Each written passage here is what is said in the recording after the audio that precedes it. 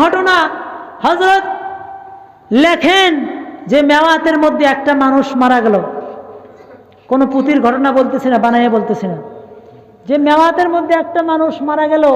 ওই মানুষটাকে জানাজা দেওয়ার জন্য একজন আলিম খুঁজে পাওয়া যায় না।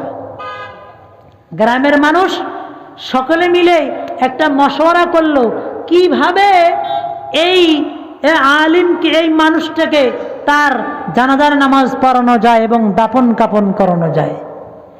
সকলে মিলে একটা মশওয়ারা করলো, মশওয়ারা করে যে এই লাশটাকে আমরা নিয়ে রাখবো কোথায়, একটা ত্রিমুখী রাস্তায়, ত্রিমুখী বলেন তো, চতুর্মুখী রাস্তায়, সেখানে নিয়ে রাখবো। আর যদি কোনো আলেম আসে, কোনো ইমাম সাহেব আসে, তাহলে তার জানাজার নামাজটা পড়াইয়া নিব। এবার ওই লাশটাকে নিয়ে রাখা হলো। একটু পরে একজন আলেম সাইকেল চালাইয়া আসতেছে। সকলে মিলে কাকুতি মিনতি করলেন, আলেমকে বললেন, ও ইমাম সাহেব, আমাদের গ্রামের ভিতরে একজন মানুষ মারা গিয়েছে। ওই মানুষটাকে দাফন করার জন্য কোনো ইমাম সাহেব নাই, ওই মানুষটাকে জানাজা দেওয়ার জন্য কোনো ইমাম সাহেব নাই। দয়া করে আমাদের লাশটার জানাজার নামাজ পড়ে নেবেন। ইমাম সাহেব বলে, আমি হলাম সরকারি মানুষ, আমি সরকারি কর্মচারী, যদি দেরি করি আমার অফিসের টাইমটা লেট হয়ে যাবে, আমি পারবো না। সকলে মিলে হাতে পায়ে ধরার পর ইমাম সাহেব রাজি হয়ে গেলেন। ইমাম সাহেব জানাজার নামাজটা পড়াইলেন। এরপরে তাকে দাফন কাফনের জন্য রেডি হয়ে গেলেন। ইমাম সাহেবের পকেটে কিছু জরুরি কাগজপত্র ছিল। দাফন করার সময় কাগজটা নিচে পড়ে গিয়েছে, কবরে দাফন হয়ে গিয়েছে।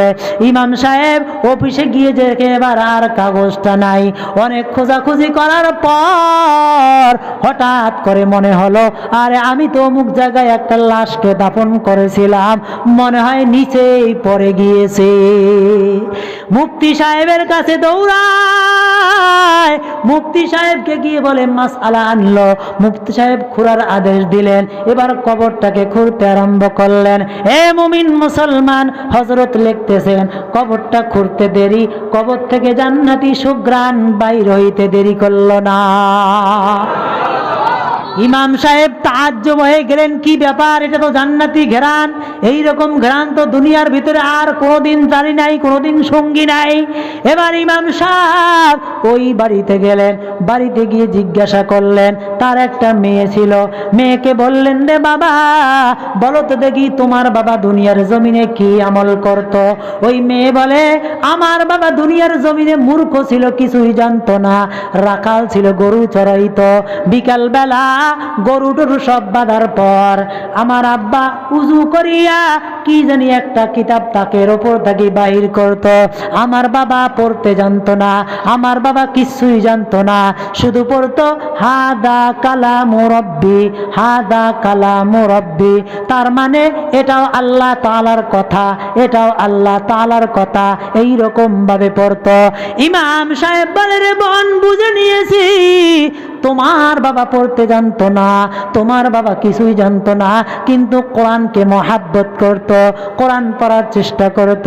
এই কারণে আল্লাহ তাআলা ওনার কবরের ভিতরে জান্নাতি ঘেরান দান করেছে। এ মুমিন মুসলমান, আল্লাহ তাআলা বলেন তিনটা ব্যবসা করো। কয়টা ব্যবসা করবেন? তো সবাই, কে কে করবেন না হাতটা তোলেন। কে কে করবেন হাত তোলেন। আল্লাহ তাআলা আমাদের সবাইকে আমল করার তৌফিক দান করুন, আমিন। আল্লাহ রাব্বুল আলামিন বলেন, ইয়াতলুনা কিতাবাল্লাহ।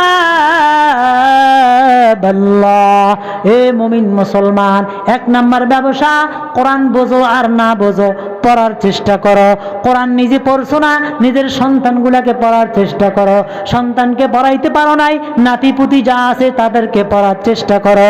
এ মুমিন মুসলমান, আজকে আমরা দুনিয়ায় আছি, আগামীকাল থাকবো না, ঠিক কিনা? আমি মারা গেলাম, কোরআন পড়তে জানলাম না, আমার সন্তান কোরআন পড়তে জানে।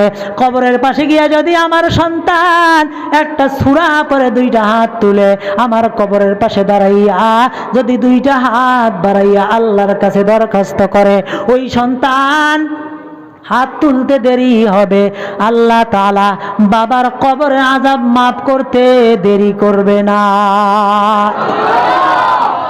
এটার একমাত্র রাস্তা হলো গ্রামে গঞ্জে চিপা চাপায় এলাকায় এলাকায় এই মক্তব সবাই মক্তব প্রতিষ্ঠাতা করা ছাড়া আর উপায় নাই। এই জন্য আপনি এলাকায় এলাকায় যত বেশি মক্তব প্রতিষ্ঠাতা করবেন, যত বেশি সবাই মক্তব কায়েম করবেন, আমার সন্তানরা আমাদের সন্তানরা এই রকম ভাবে তারা কোরআনের ইলম শিখবে, কোরআন শিখবে।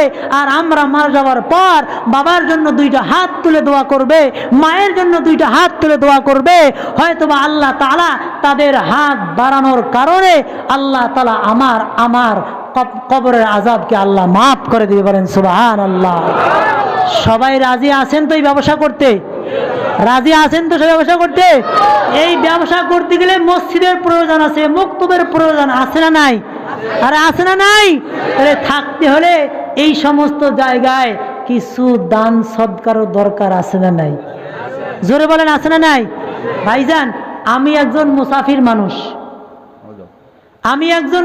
মানুষ, বহু দূর থেকে এসেছি।